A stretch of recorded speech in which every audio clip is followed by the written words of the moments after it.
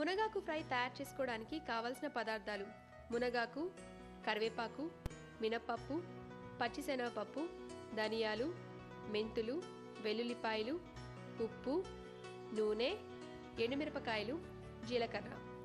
మునగాకు ఫ్రై తయారు చేసే విధానం: ముందుగా స్టవ్ వెలిగించి బాండీ పెట్టుకొని మునగాకు వేసి బాగా ఫ్రై చేసుకోవాలి.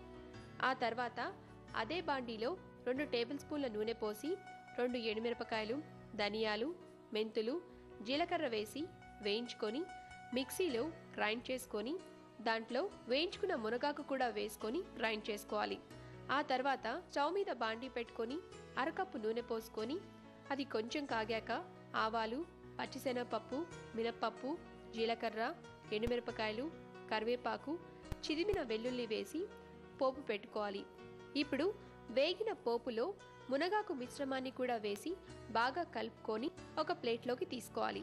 అంతే, ఎంతో రుచిగా ఉండే మునగాకు ఫ్రై రెడీ.